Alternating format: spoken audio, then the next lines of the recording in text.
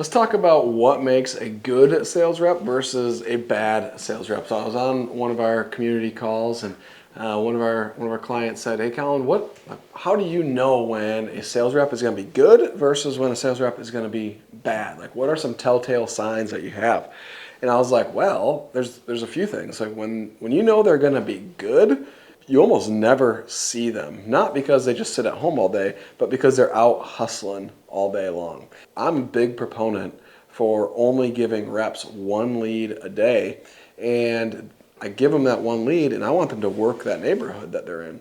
Or after they work that, then they go to a place where doing a job on another job they had sold, right? They've already got rapport in that neighborhood. They've already hopefully marketed to that neighborhood once, and they go back there. And what we see is a good rep drums up another 2 to 3 leads a day. So they get a house lead, which is like almost a little less than half the commission of a self-generated lead. So they get one house lead and then 2 to 3 self-generated leads in a day. And so that's why we never see a good rep in our office. They show up in the morning, get in their company car, off they go. And most of them earn their company car after a month or two. They just get to take it home, and we can track it and see where they're going and rock and roll. So we almost never see a good rep. And another telltale sign of a good rep is they never call and ask if they can give discounts. It just doesn't happen because they're so darn good at building the value and showing the customer what they're getting, and their customers actually understanding it.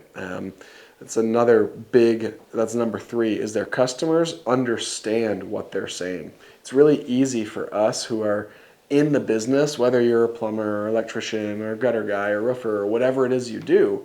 It's really easy for us to show up to a customer's home and just create confusion because we're spitting out all the technical lingo that they have no idea. It'd be like me starting to just spit a bunch of computer lingo at you and motherboards and circuit boards and this, like things I don't even know about. But it's just like in one ear, out the other. We don't care about those things. And so why would our customers? So a good sales rep has clear communication, and their clients actually understand the value that they're presenting. So on the flip side of this, on a bad rep, the customers are confused. They have no idea what is actually being offered to them. And I can tell this because when our office calls the next day and says, "Hey, just checking in to see how your appointment with so-and-so went," most of the time, the call goes like, "Oh yeah, I got another quote from John Boy's Gutters, and it was half the price for the exact same thing." It's like, okay, I know for a fact it wasn't the exact same thing, and that means that our rep wasn't clearly communicating to you and letting you know what you're getting versus what other people are offering. Because a motto that we say around here is we don't sell apples to apples. We're selling freaking oranges when everybody else is selling apples to apples, right? Or, pick your favorite fruit, whatever. So that's on the flip side of bad rep. Another sign of a bad rep is they're at the office all the time. They only are running their one lead and they're back at the office and they're just up around chatting with everybody. Another sign of a bad rep is a lot of people are going to hate this, but one of the biggest signs that somebody's not going to cut it as a sales rep is their mom told them once they could sell anything because they can talk to anybody.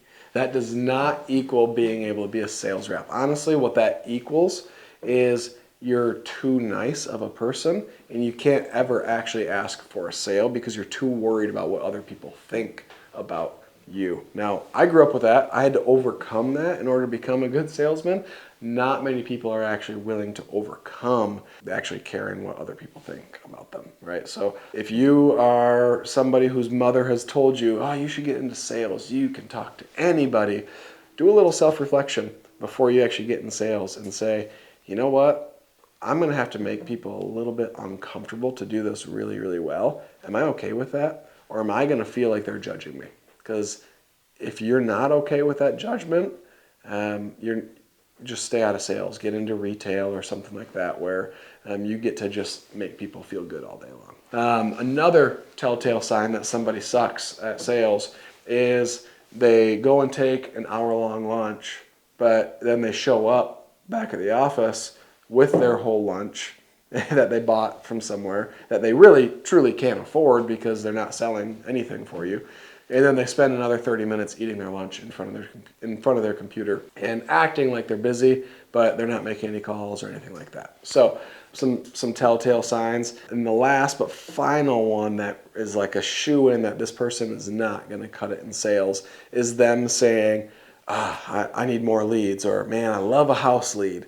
When you have a sales rep that has that mindset of just feed me, feed me, feed me, they're a freaking baby. They're a lead baby, right? That's what we call them. And they're not going to cut it, right? They don't care about anybody but themselves. Therefore, how do they actually care about your customers? How are they going to relay that information to your customers properly that you as a company genuinely give a crap about them? Because they don't give a crap about anybody but themselves. So some big differences there between a really good sales rep and a really bad sales rep. Of course, there's a million other things that can make a good or bad sales rep. Their cleanliness of their car. A really filthy sales rep is not going to be a good sales rep.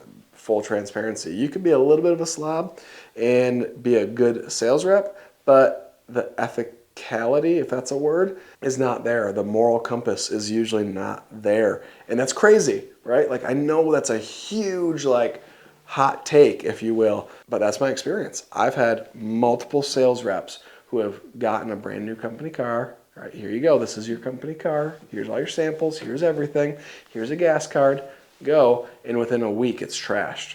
And within that same week, we have multiple clients calling upset, feeling like they had the wool pulled over their eyes.